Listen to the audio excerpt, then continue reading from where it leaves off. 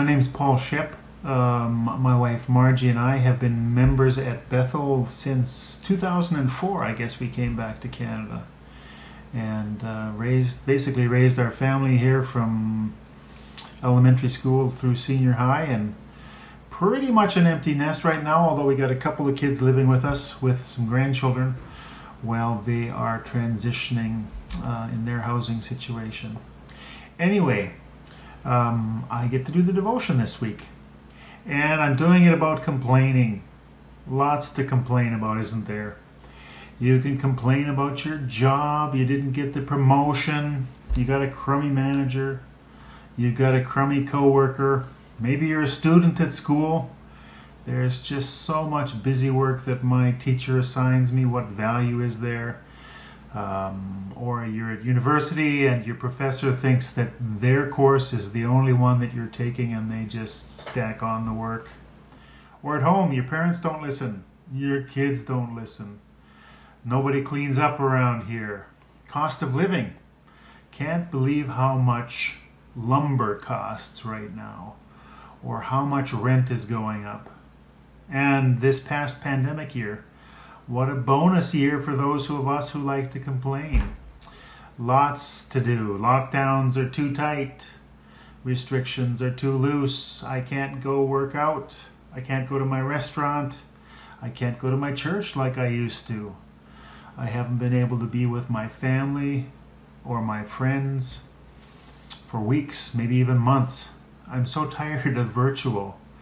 A Zoom this and a Google Meets that, a FaceTime here and a video chat there. Lots to complain about. Vaccines are a long time coming. The priority list of who gets them first isn't the way it should be. So, there's no shortage of things to complain about. I think you all get that, and we're all pretty good at that. But it's also important for us to remember that there's no shortage of things to give thanks for.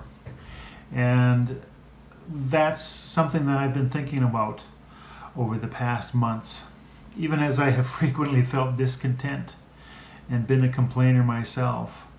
It's like, is this the space I need to be in terms of my faith?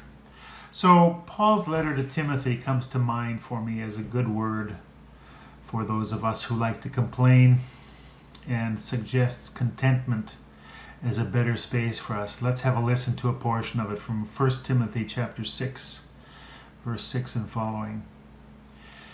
Godliness with contentment is great gain, for we brought nothing into the world, and we can take nothing out of it. But if we have food and clothing, we will be content with that.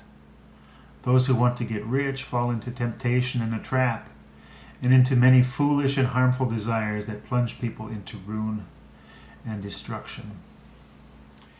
Godliness with contentment. What do I really need in support of my body and soul?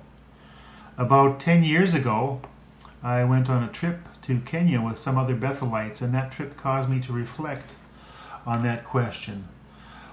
What do I need? I came to realize that I have way more than I need.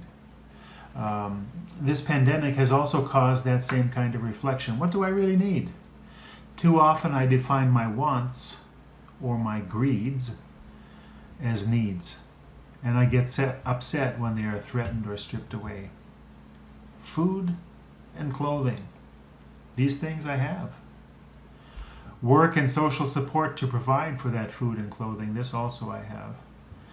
So I am challenged to believe that everything else is over and above. It is for us blessing upon blessing. In this present world, I am rich. Paul's letter to Timothy has words for me here too. Command those who are rich in this present world not to be arrogant, nor put their hope in wealth, which is so uncertain, but to put their hope in God, who richly provides us with everything for our enjoyment. Here it is. Command them to do good, to be rich in good deeds, and to be generous and willing to share. In this way, they will lay up treasure for themselves as a firm foundation for the coming age, so that they may take hold of the life that is truly life. I'm challenged in this world to do good, to be rich in deeds and to be generous and willing to share. It strikes me that complaining leads to constraints as I try to protect whatever it is that I think that I am due.